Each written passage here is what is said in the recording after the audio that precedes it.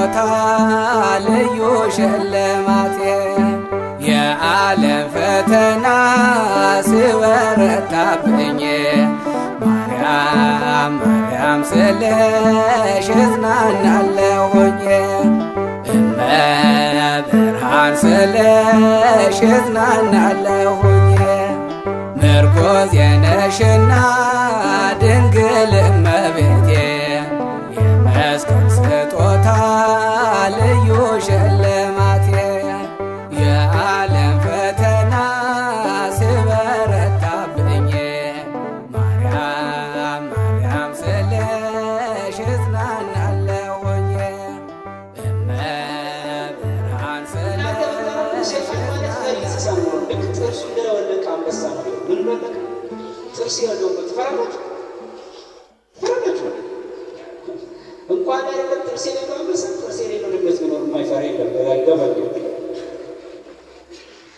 እና አባ ጊዮርጊስ ያችን የምስጋና ድምፅ ሲሰማ እንዲሁ ይፈራል አለ። ከተወለድሽ ጀምሮ እረፍት አላገኘም ይላል። አጋ ነው የረቡዕ ጸሎት። ከተወለድሽ ጀምሮ ምን አላገኘም ነው? እረፍት አላገኘም ነው።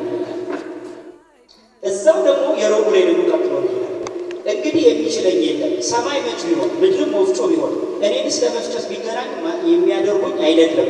ምድር ከበታቸው ያለውን የቀላይ ምንጭ ሁሉ ብታመነጭ ቀድሞ በኖህ ጊዜ እንደተደረገ የጥፋቱ አለማውረድ ሰማይ ቢቀደል በጸሎትሽ አምኜ ሳለሁ የሚጎዳኝ የሚያደርጉብኝም የለም በማለት አባ ጊዮርጊስ ዘጋስጫ እመቤታችንን ያመሰግናታል። ሰማይ መች ምድር መፍጫ ቢሆን እኔ ሊፈጨኝና ሊያጣብቀኝ የሚችል ማንም አንቺን ካመ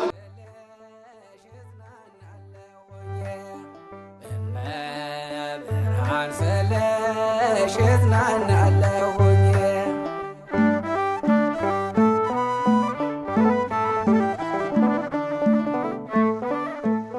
ዛሬ ግን እንደ መነሻ የምናደርገው ሐዋርያት ብዙ ስለተባለላቸው የሐዋርያት ተተኪ ከሆኑት ከሐዋርያነ አበው አፖስቶሊክ ፋዘርስ ከሚባሉት ጀምሮ ነው የምናየው። ሐዋርያነ አበው ማለት በቅዱስ ቤተክርስቲያን የታሪክ ስርዓት ውስጥ ሐዋርያት በትምህርት የወለዷቸው ማለት ነው። በሁሉ በተለይ ጥያቄ ተደርጎ ብዙ ጊዜ የሚቀመጠው አንዱ ጥያቄ ለምንድን ነው እናንተ ኦርቶዶክሳውያን እመቤታችንን በዚህ ልክ ስታመሰግኗት ሐዋርያት ወይም እነዛ ጸሐፊያን በወንጌል ውስጥ እነ ጳውሎስንም ጨምሮ ለምንድን ነው እንደናንተ አመቷ ስታ ያልጻፉት ስለ እመቤታችን ብሎ ብዙ ጊዜ ጥያቄ ያቀርባሉ። እውነት የእሷ ንጽሕና ቅድስና በዚህ ደረጃ ቢሆን ኖሮ ጳውሎስ ያን ሁሉ መልእክት ሲጽፍ ለምን አልጻፈም? አንደኛ አልጻፈም ከሚለው ነው ስህተቱ የሚጀምረው። አልጻፉም የሚለው ራሱ ስህተት ነው። አራት ወንጌላውያን ነገረ ማርያምን መቅደም ሲያረባ ጀምሮ እንደው ማርቆስ ብቻ ነው ተጠመቀ ብሎ ከጥምቀቱ የጀመረው። ማቴዎስን ብትሉ እንደው ወደኋላ ከዘር አረጓ ከአያቶቿ ጭምር ጨምሮ የዳዊት ልጅ አብርሃም ልጅ ኢየሱስ ክርስቶስ ትውልድ አደረገ። አብርሃም ይስሐቅን ወለደ፣ ይስሐቅም ያዕቆብ፣ ያዕቆብ ይሁዳና ወንድሞቹ፣ ይሁዳ ከትዕማር ፋሬስና ዛራን ወይም ከስራን ወለደ። ከስራ እያለ እሴይ ጋር ይደርሳል። ቦዔዝን ይላል፣ እሴይን ይላል። ፋራና ቅስፋ ይመጡና እሴይ ጋር ይመጣል። እሴይ ዳዊት፣ ዳዊት ሶሎሞን፣ ሶሎሞን ሮባም እያለ ደግሞ ወደ ታች ወርዶ እመቤታችን ይዘራል ጋር ይመጣል። ያን ሁሉ የዘረዘረው ማን ጋር ለመምጣት ስለፈለገ ነው? እመቤታችን ቅድስት ድንግል ማርያም ነው። በሐሙስ ዕለት በፈቃድ ልትወለድ መሆነት ወለድከ ከአምስት ቀን ተኩል ከልጅ በኋላ ከልጅ ልጅ ተወልጄ አድንሃለሁ ያለው በመጽሐፈ ቀለምንጦስ የተጻፈው ትንቢት እንደተፈጸመ ለማግኘት ማቴዎስ የዘር ሐረግ ጠቅሷል። የቱ ጋር ነው ወንጌል እመቤታችንን ሳይጠቅስ ወደ ነገረ ክርስቶስ ይሄዳል? በተለይ በጣም አንዱ የጽሕፈት ንግግራቸው መካከል አንዱ ነገረ ማርያም ወንጌል አይደለም ይሏቸዋል። ወንጌላውያን የጽሕፈታቸው መጀመሪያ ያደረጉት እኮ ክርስቶስ ኢየሱስ ከሚለው ስም አስቀድሞ ማርያም የሚለውን ስም ያስቀድሙት። ምክንያቱም ፀሐይ ወጣ ስትል ምስራቅን መስበክ ግዴታ ነው። መዋዕለ ፀሐይ ወይም የፀሐይ መውጫዋ እሷ ናትና ሽቱን ስትሰብክ ቀንዲሉን መስበክ አስቀድሞ ግድ ነው። ማደሪያውን ካዘጋጀ በኋላ ነው ሽቱን የምታመው። ንጉሥ ብለህ ስትሰብክ ንጉሥ ከመምጣቱ በፊት መጀመሪያ የሚያድንበት የሚገዛበት ምሪት የሚሰጥበት ሰራዊቱን የሚሰበስብበት ቤተ መንግስቱ አስቀድሞ ነው የሚዘጋጀው። ሊቀ ካህን ስትል መጀመሪያ ከካህን አስቀድሞ መቅደሱ መኖር አለበት። ወንጌል ስለ ነገረ ማርያም ካልሆነ ማቴዎስ ስለምን ስለ እሷ ጀመረ? ምዕራፍ 1 እና ምዕራፍ 2 ስለ እሷ አይደለም እስከ ምዕራፍ 3 የሚሰብክ? ሉቃስስ ቢሆን ከሁሉ ደግሞ አስጥቶ እመቤታችን ስለ ጽንሰቷ ስለ ውልደቷ ከዛ ቤተ መቅደስ ስለመግባቷ ከዛ ቅዱስ ገብርኤል እንዳበሰራት ቆጠራ ነበርና ወደ ቤተ መቅደስ ስለመሄዳቸው በስምንተኛው ቀን ሥርዓተ ግዝረት አንድም የማንጻት ሥርዓትን ቤተ መቅደስ ሄዳ መስዋዕት አቅርባ እንደተመለሰች ቅዱስ ገብርኤል እንዳበሰራት አልጻፈም። ስለዚህ ወንጌል ነው። የዮሐንስ ወንጌል ምዕራፍ 1 ቁጥር 1 ላይ ስታነቡ የቃልን ቅድምና ከነገረ በኋላ ቃል ሥጋ ሆነ ወሐደረ ላዕሌነ ቃልም ሥጋ ሆነ ጸጋና እውነትን ተሞልቶ አደረ ያለ ያ ሥጋ ከእርሱ የነሳው ሥጋና ደም አይደለም። እዚህ ወንጌል ስለ ነገረ ማርያም አልጻፈም አይባልም ማለት ግን አንድ ነገር ግን ደግሞ አስረግጠን እናገራለን። በተለይ መልእክታቱ ላይ ስንሄድ እንደው ብዙ ጊዜ ደግሞ መልእክታቱ ላይ ነው የሚያነሱት። ጳውሎስ ለምን አልጻፈም ስለስፋ እንደው አንድ ነገር ይላሉ። እውነቱን አልጻፈም ለምን ነካ አድርጎት ከመሄድ ይሻለዋል። ያን ሁሉ መልእክት መቼ አንዴ ከጀመረ አይጨርሰውማ። እንደውም እኛ ምን እንላለን? ይሄን ጉዳይ ትላላችሁ አይደል? ለብቻ የራሱ መረግብ ቀሰም ትላላችሁ። ብዙ ጊዜ አንድ መልእክት ሲጻፍ የራሱ ዓላማ ነው። በመጀመሪያ ጳውሎስ መልእክቱን የጻፈው ለማን ነው? ይሄን መጀመሪያ ማስተዋል። ለምሳሌ በዛ ሰዓት ለሮሜ ሰዎች አሉ ነገረ ማርያም ማስተማር የሚቀርበው ነገር ክርስቶስ መልሱ። ምክንያቱም ገና ከማን ጋር አልተግባቡ? ከክርስቶስ ጋር መጀመሪያ መሲሁ ማን ነው የሚለው ጋር እኮ ገና አልወጣላቸው። ሰቅለውት እንኳን ቂማቸው አልወጣላቸው ገና። አሁን ግብግቡ ኦሪትን አስወግዶ አዲስ ኪዳን የመተካት ግብግብ ላይ ናቸው። ገና ወንጌልን አይምሯቸው መትከል ያስፈልጋል።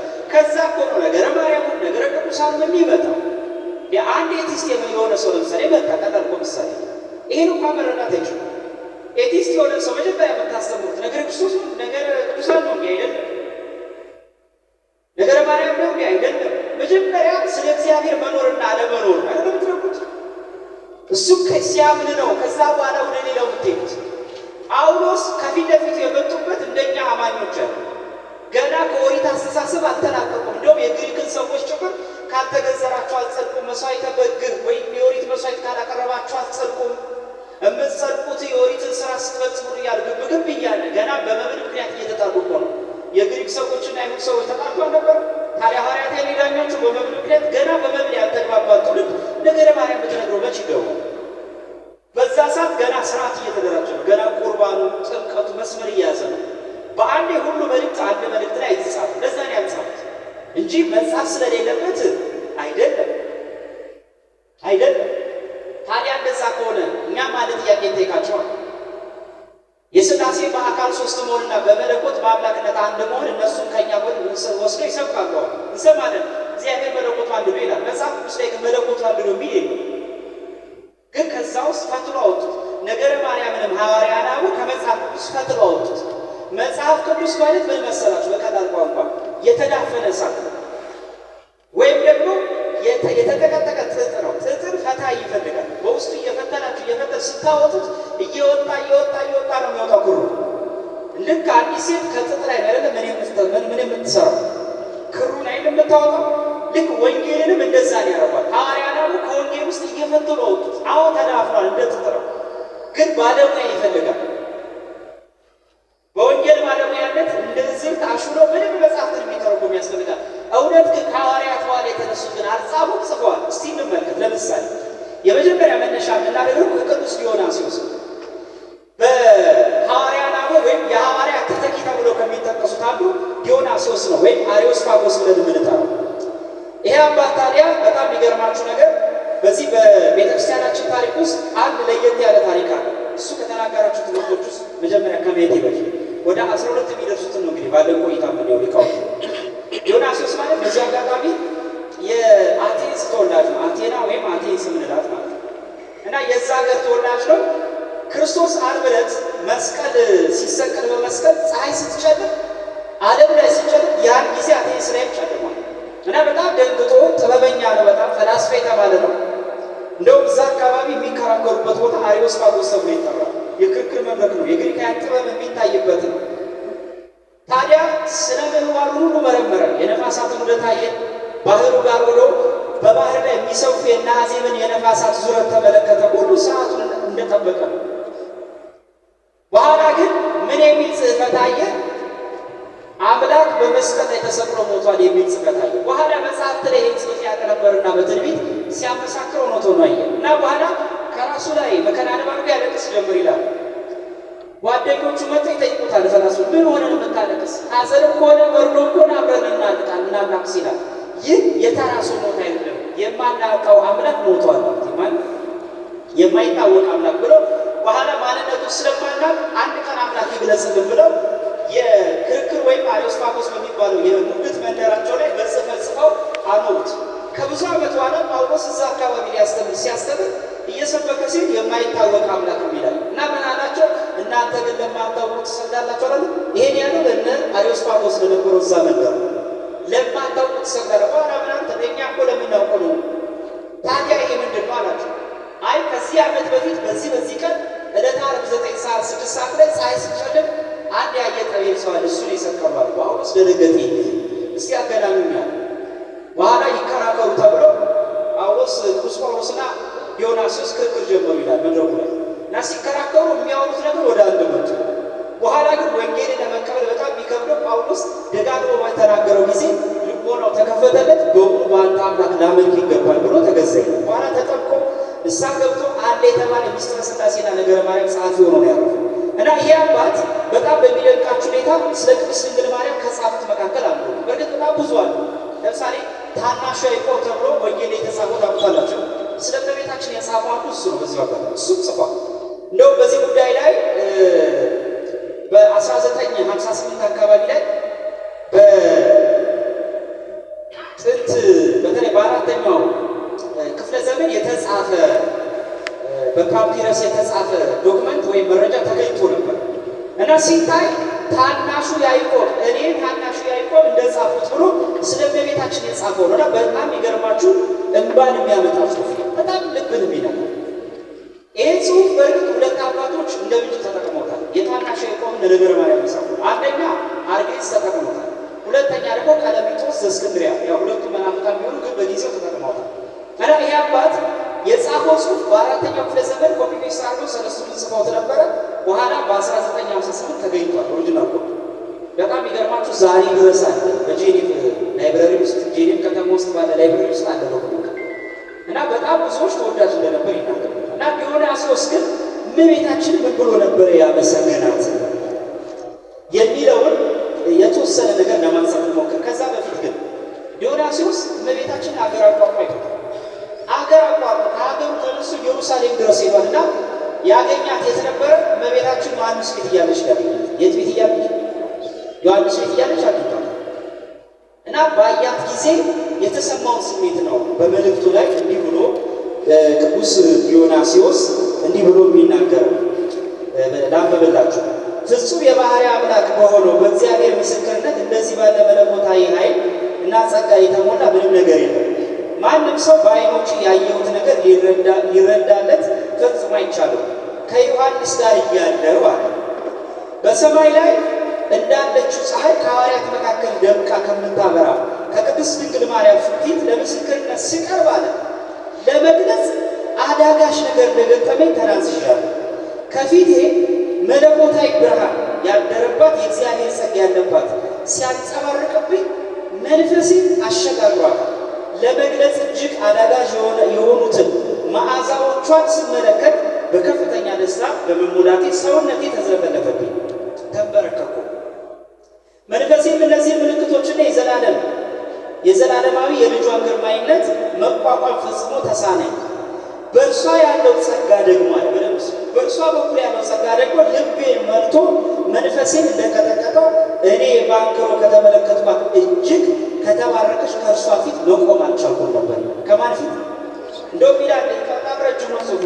እግሮቼ ተብረከረኩ ይላል።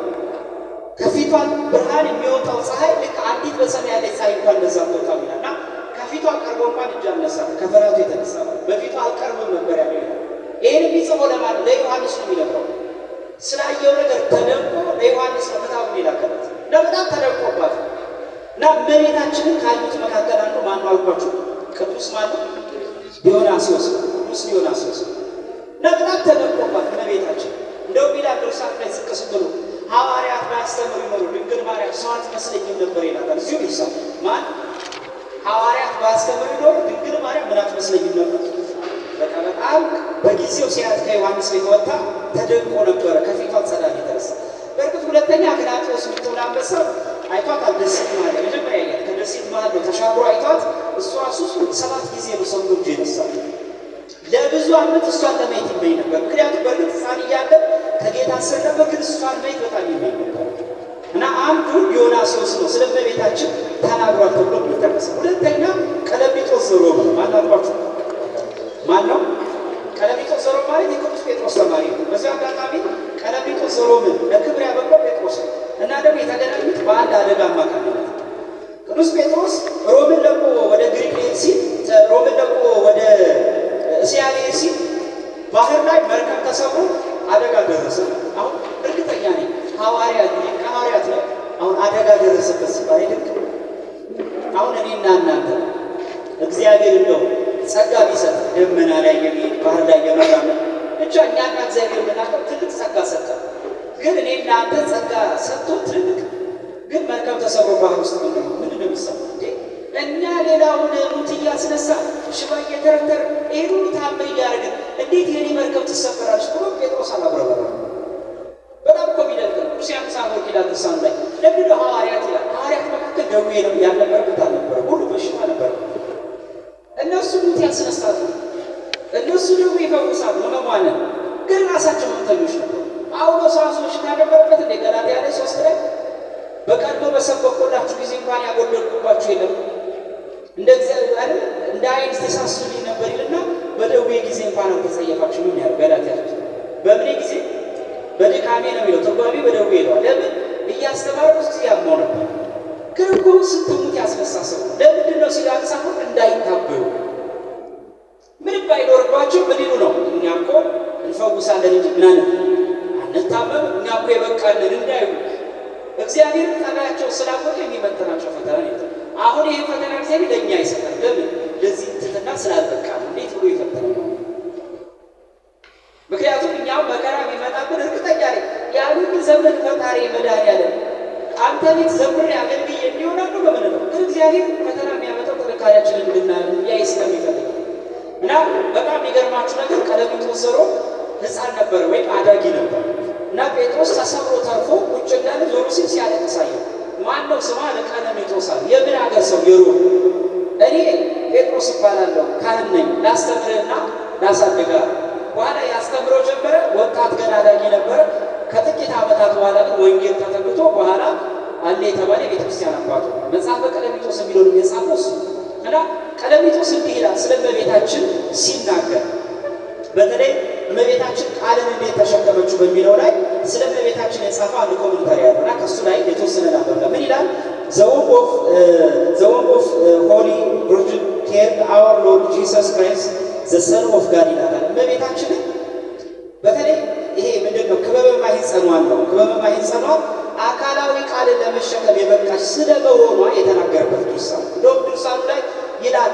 ይሄ አማርያ ቆሳው የሚናገሩ አለ ባንክሮ 7 የእሳት መጋረጃ ከወርሽ ከወዴ ተተከለ ከግራሽ ሆነ ከቀኝ የሚደነቅ ያንክሮ ቀለሚጦስ ዘሮም ያደርጓል። የዛሬዎቹን ተፈንቶች ቅዳሴ ማርያም ሲሰሙ ይሄ እኮ ገሌ የተባለ ንጉሥ ነው የጀመረው ገሌ የተባለ እኮ ወይም የሆነ ግብፅ የመቶች ሮባችሁ ይላሉ። የጥንት ይሄ ለውጭ ባርነት ድንግል ማርያም ሔዋንና ድንግል ማርያም በአንድ አይን የሚገኙ 2 አይኖችን ይመስላሉ። አንደኛው አይን የጠቆረ የፈሰሰ ነው። ሁለተኛው ደግሞ ብሩህ አይን ነው። ይህችም ድንግል ማርያም አንደኛዋን ያችን ለብዙዎቻችን መንግሥተ ሰማያት ገነትን እንዳናይ እንዲጨልምብን ያደረገችዋን ሔዋን ነው። እችኛዋን ደግሞ ማን ይላታል? ብፅዕቷን ቅድስት ድንግል ማርያምን ይላታል። ከኢትዮጵያ ሊቃውንት እንሂድና የተወሰኑትን እናንሳ። ኢትዮጵያ ሊቃውንት ብዙ ተባብሯል። ለምሳሌ አባ ጊዮርጊስ ዘጋስጫንና ቅዱስ ያሬድን ብቻ አንሳ። እስቲ ከአባ ጊዮርጊስ ዘጋስጫን ጀምር። አባ ጊዮርጊስ ዘጋስጫ እንደምታውቁት እመቤታችን ፍቅር በልቦ ነው የነበረው አባት ነው አይደል? በጣም ነው የሚወዳት። እንዴ አጼ ዳዊት እንኳን ሊፈልግ አድርጎበታል መሰላችሁ። በዘመኑ ሚስትየው ነበረች የአጼ ዳዊት ሚስት እና በጣም አስቸጋሪ ነው። እቤቴ ድረስ መታችሁ አቅርቡ ይሉት የነገስታት ሚስት ናት። እቤቴ ድረስ ይሆናችሁ ያው የአምደር ሰው ሚስት እንደዛ እሷን እነሱ ትቤታቸው ድምጣን አስደኩረው እዛው ቁርባን ብሎ ያዘጋጁ ነበር። አምደር ሰው እዛው ቤተ መንግስቱ በር ላይ በኋላ አቡነ አሮን እና ሌሎቹ በተለይ ቅዱሳን ናቸው የተጋፉ አቡነ ጸሎተ ሚካኤል በጣም ተከራክረው ነው የመለሱት ወደ ድንቁ እንጂ በጣም አስቸጋሪ ነበር እና የአጼሬት ሚስቱ አስቸጋሪ ናት። አብሮኝ ትላለች። አባ ጊዮርጊስ ዘጋስጫ እንኳን አንቺ ክርስቶስ እንኳን መጥቶ ነው ዮሐንስ ዘንድ የተጠመቀ መጥተሽ ቁረቢ እንጂ አንቺ ማን ያገኝሽ ብሎ የውግዘት ደብዳቤ ላከባት። ከቤተ እግዚአብሔር እንዳትገባ አባ ጊዮርጊስ እንዲህ ነገር ወደኋላ ይገኛል። በኋላ በእሷ ምክንያት ከንጉሱ ጋር ተጣላ አባ ጊዮርጊስ። ሁለተኛ ደግሞ ቢቱ የሚባል መናፍቅ፣ በጣም ክፉ መናፍቅ። አባ ጊዮርጊስ ቢቱን የረታው በዚህ አጋጣሚ አልጋ ላይ ሆኖ የሚከራከሩ እስከፋ አባ ጊዮርጊስ ነው። በተማን ነው አባ ጊዮርጊስ ዘጋስጫ ባልጋ ቃሬዛ መጥቶ የተከራከረው እና ቢቱ የሚለው ምንድን ነው? አብ ለወልድ መከራ ተቀብሏል ብሎ ያስተምራል። በተለይ አጋሩ ወልድ ነው የመጣው፣ እሱ ደግሞ አብ ቤዛ ሆኖ ተሰቅሏል። ያን ጭምር ያለ ነበርና እስር ቤት ተጣለና አጋጣሚ እስር ቤት ከቆየ በኋላ አጼሬት ሞተ ተብሎ ይሰማል እና ምን ቢል ምንም ብሎ አለቀሰ እና ሰራዊቱ መጥቶ ለምን ታለቅሳለህ? አንተ ክፍል የሰራብህ አይደል ሲሉ እኔም የቱንም ግፍ ይስራብኝ ይክፋብኝ፣ ድንግል ማርያም እኮ ይወዳት ነበር፣ ድንግል ማርያም የወደደ እንዴት ይሞታል ብሎ ስስቅ ብሎ አለቀሰ። ማለት የበፊት ኃጢአቱ እሷን ስለሚወድ ብቻ ረሳ። ይህ የሚደንቅ እኮ ነበር። ቅዱስ እገሌ ድንግል ማርያም ይወዳል ብሎ በደሉ መርሳት ራሱ ይሄ ምን ያህል የብቃት ደረጃ እና ምን ይላል እንዚራ ስብሐት መጽሐፉ ላይ በጣም የሚደንቀኝ ድርሰቱ ላይ እኔ ስለ እርሷ መዳን ይላል። ከዛ ፊት ግን አንድ ላንሳላችሁ። እንዚራ ስብሐት ላይ ምን ብሎ ይናገራል? የሚመታው ሰው ከሌለ መሰንቆ ተሰቅሎ ምን ይጠቅማል ይላል። ምስጋናው ከዚህ ይጀምራል። አንድ መሰንቆ ካልመቱበት ምን ያደርጋል? የሚመታው ሰው ከሌለ መሰንቆ ተሰቅሎ ምን ይጠቅማል? በአንድነት ማህሌት መካከል ካልተነፈሰ እንዚራስ ተሰቅሎ ምን ድምፅ ሊያሰማ ይችላል? ለበኩርሽ ክርስቶስ እንዚራው በሆን ዘንድ የልቤን መሰንቆ አውታር በመንፈስ ቅዱስ መምቻ ምንጭ በአፌም ላይ እፍ በይብኝ፣ ለቅሶዬን መልሰሽ ደስ አሰኝ፣ ማቄን ቅደጂና ደስታን አስታጥቂ፣ የኃጢአቴን ሽታ ርቂኝ፣ በሽቶሽ መዓዛሽ ቀቢኝ፣ መቆሸሽን አንጭልኝ፣ በልጅሽ ደም ቀድሽኝ በማለት ይናገራል። መሰንቆ ወርዶ ካላገለገለ እንዚራ ቤተ ክርስቲያን ገብቶ ካላዜመ ምን ያደርጋል? አንቺ በድህንጻሽ እንደው በፊቱ ላይ ድህንጻሽ ነው በመምጫው በድህንጻ የልቤን አውታር ነሽ። በአንቺ ሐዘኔን እንድረሳ በአንቺ የተቀዳደረ ልብሴ አጌጥበት ዘንድ በማለት ለቤታችን ያመሳታል። አባ ጊዮርጊስ የማክሰኞና የሮባን የተናገሩን ተናግሬ ይላቀላል። ምን ይላል? የማክሰኞ ላይ ሰይጣን ይላል ከትጋቱ ሁሉ አብልጦ ጸሎትን ይጠላል ይላል። ምን ይጠላል? ጸሎትን ይጠላል። እንደው ምን ይላል? ሰይጣን ከቶ እንደ ጸሎት ማስታወር የሚወዱ የለም ይላል። ከፍጡራን መካከል ደግሞ አንቺን አብልጦ ይጠላል እና እንደው ምን ይላል? እዛው አልጋ ነው ላይ በሰማይ ላይ መብረቅ ሲጮህ እንደሚያስደነግጥ የአንቺን የምስጋና ድምፅ ሲሰማ ሰይጣን ይደነግጣል። ሰይጣን አሁን ትናንት ከሰሞኑን አልደነገጣችሁ? መብረቅ የላችሁ ተይታችኋል። ያስፈራል። ሰሞኑን ልክ እንደዚህ ይደነግጣል ማለት ነው። በቅዳሴ ሲሰማ ውዳሴ ማርያም ይደነግጣል። አሁን እናንተ የሚመስላችሁ ሰይጣን ብሎ እየመጣ እንግዲህ ሌሊት የደበደባችሁ ወይ ደግሞ እንዲህ በቃ እናንተ የሚልካችሁ ላይ እንደ ሰይጣን እኮ ክርስቲያንን የሚፈራ ማለት ነው። እኛን እኮ ያጀገሉ በተለይ በዚህ ዘመን ሰይጣንን ያጀገሉ ሁለት አካላት ናቸው። አንድ የጥንቆላ መጽሐፍትና ሁለት ሐሰት ናቸው። አርፎ የተቀመጠው ሰው አንተ ማለት ገሬ የሚባል ሰይጣን እንዲህ የተባለ ብሎ በግሪክ ፍራንስ አካባቢ የሚታወቀው ስም ያመጣል። ለአንድ ክርስቲያን ጠባቂ መላክ መደበኛ ፈታኝ ሰይጣን አልተቀበለ ቅጥረኛ ሰይጣን ማለት ዮሐንስ በእውኑ ትመልከታችሁ ይላል። እባብን ተመልከቱት።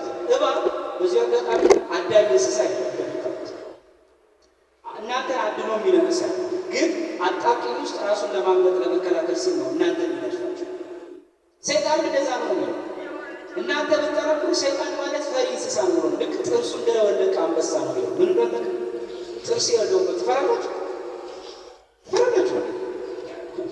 እንኳን አይደለም ጥርስ የሌለው አንበሳ ጥርስ የሌለው ድመት ቢኖር የማይፈራ የለም። ገበል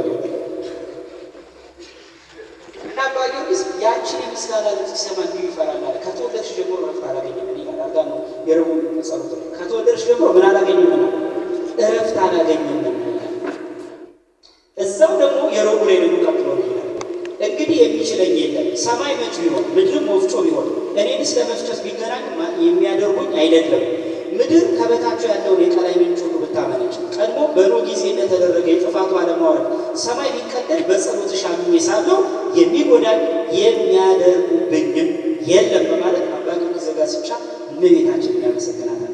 ሰማይ መች ምድር መፍጫ ቢሆን እኔም ሊፈጨኝና ሊያጣብቀኝ የሚችል ማንም አንቺን ካመንኩ ምንም አይመጣልኝም ይላል። ስለ መልኳ ደግሞ ይላል ደምግባትሽን የሚያምረው የሚበልጠው የለም። የንጋት ወጋገን ቢሆን ብርሃንም ቢሆን ፀሐይም ቢሆን ጨረቃም ቢሆን ወዝና ለዛሽም ቢመስለው የለም። ከዓይንሽ ብርሃን ይልቅ የሚያበራ የለም። በሰማይ ፊት የሚርወገበው ኮከብም ቢሆን በነገሥታት ራስ ላይ የሚያንጸባርቀው ቆብ ቢሆን ከአፍንጫሽ መዓዛ ከልብሶችሽም ሽታ የበለጠ የሚሸት የለም። ከልበሌም ቢሆን አንከስም ቢሆን አስበሳሌም ቢሆን ዋጋው ውድ የሆነ ፍሬ ናርዶስም ቢሆን ሽቱ ቢሆን ሁለንተና ያማረ ነው፣ በመንፈስ ቅዱስ ጸጋ የተጋረደ ነው ይላታል እመቤታችን። አባ ጽጌ ድንግል ደግሞ ምን አላት? ብፁዕ ዘሬኪ በሕልሙ ሌሊት ብሎ እንዲህ ይላታል። የደብረ ምጥማቅ ድርሰቱ ላይ በሕልሙ የሚያይ ሰው ብፁዕ ነው ይላል። በምን የሚያይ ሰው? ቀጥሎ ደግሞ እንዲህ ይላል ስለ ስዕሏ ሲናገር ስእልኪ ጽግይተ ላህይ ዘከመዝ ትዔድም በዓለም ይላል። ማርያም ሆይ በዓለም የፊትሽ መልክ እንዲህ የሚያምር ከሆነ እንዲህ የሚያበራ ከሆነ በዓለም ያለ ስዕልሽ እንዲህ የሚያበራ ከሆነ ማለት ነው። እፎ ይሴኒ በሰማይ ላየ ገጽኪ ማርያም ሐሴተ ትምህርትኪ ጸግብ አስተርእዮኒ በሕልም ይላል። በሰማይ የፊትሽ መልክ ምን ያምር፣ አንቺ ከማየት የሚገኘውን ደስታ ጠግብ ዘንድ በሕልም ተገለጭልኛል። በምን ተገለጭ? አባ ዳኒ አባ ይስሐቅ የሚባል አንድ መነኩሴ ነበርና በቤታችንን ጌታ ምን ይሏል? ኦ ጊዜ ኢየሱስ ክርስቶስ አርአየኒ መከ አንተ ሳተ ሌሊት ይል ነበር። ክርስቶስ አምላኬ ኢየሱስ ክርስቶስ እባክህ የእናቴ ድንግል ማርያምን መልክ ለአንድ ሰዓት ለአንድ ደቂቃ ያህል እንኳን ምን በለኝ እባክህ አሳየኝ እያለ ይለምነው ነበር። በኋላ አንድ ቀን እመቤታችን ከብዙ ዓመት በኋላ ተገለጠችለት። ከብዙ ቀን ከ3 ዓመት በላይ ነው የለመናት። ከ3 ዓመት ምናምን በላይ ነው እመቤታችን መጣ። እንግዲህ አንዳንዴ ለቅዱሳን ከ3 ዓመት በላይ የሚሰማ ጸሎት ከ3 ዓመት በላይ በኋላ ተገለጠችና ታየኛለህ፣ ግን ካየኝ ትሞታለህ። ከዛ በኋላ ግን አትሞትም። ድንግል ሆይ አንቺ መልክ ካየሁ መኖር ምን ይበጅ ምን ያደርግልኛል አላት። ይሄ እኮ ከእሷን ካየ በኋላ ምን ያደሙ ቢኖር አይኖርም። ደግሞ የሚያንፍት ለምን ደግሞ የምድር ፊት ምን ያደርጋል? እናንተው እንዲህ ብትባሉ ምን ትላለች? አረ ሰለቸኝ፣ እንደውም ይሄ ሰልችቶኛል። የምድር ፊት ይሄ እየተገለማመጥን የምንኖረው ፊት ምን ያደርግልኛል? ምናልባት የእናቴ አባት ፊት ነው ሊናፍቅ እና ምንድን ያለው እኔ ካየኝ ከዛ ትሞታላለች። በኋላ መልኩን አሳያት ከስለሊት ላይ ከዛ በኋላ መስከስበው ተለየበት። ይሄን ጸጋ እውነት አይንፈቀድ። እስመ አዋህኒ ነደ ፍቅርኪ ፍህም አጥፍቶ ዘይቅ ዝናብ ይላል። ዝናብ ሊያጠፈው የማይችል የፍቅር ሽታት ልቤን አድርጎኛልና። ዝናብ ሊያጠፈው የማይችል የፍቅር ሽታት ዝናብ ሊያጠያ እንደ ጸባጦስ ሆኖብኛል። ቀጥሎ ምን ይላታል? ድንግል ማርያም መጨረሻ ላይ እንደው ሲያወድሳት ምን ይላታል? በዓለም ፊትሽን መልክሽን የሚተካከል የለም ብልሽን መልክሽን የሚተካከል የለም ብሎ እመቤታችን በዚህ መልኩ አውድሷላት። የእነዚህ አባቶቻችን ደጋግ ሳና በመሰት በመቸው አይሌ እመቤታችን ልጇ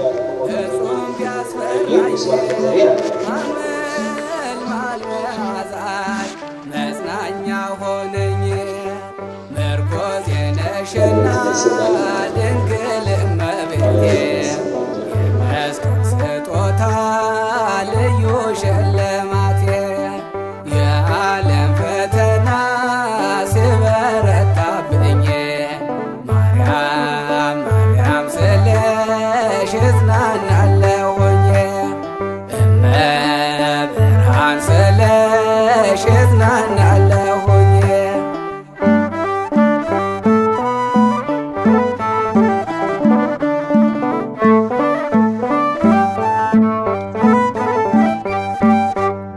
ስሸሽ በበረሃ ከተማውን ትቼ በኤልዛቤል ግዛት መከራን ፈርቼ ከድካሜ ብዛት ስዝል አይተሽኝ መሶብ ሆነሽ ድንግል ቀናን መገብሽኝ ምርኮዝ የነሽና ድንግል እመቤቴ የመስቀል ስጦታ ልዩ ሽልማቴ የዓለም ፈተና ሲበረታብኝ ማርያም ማርያም ስለሽ እጽናናለሁኝ እመብርሃን ስለሽ እጽናናለሁኝ።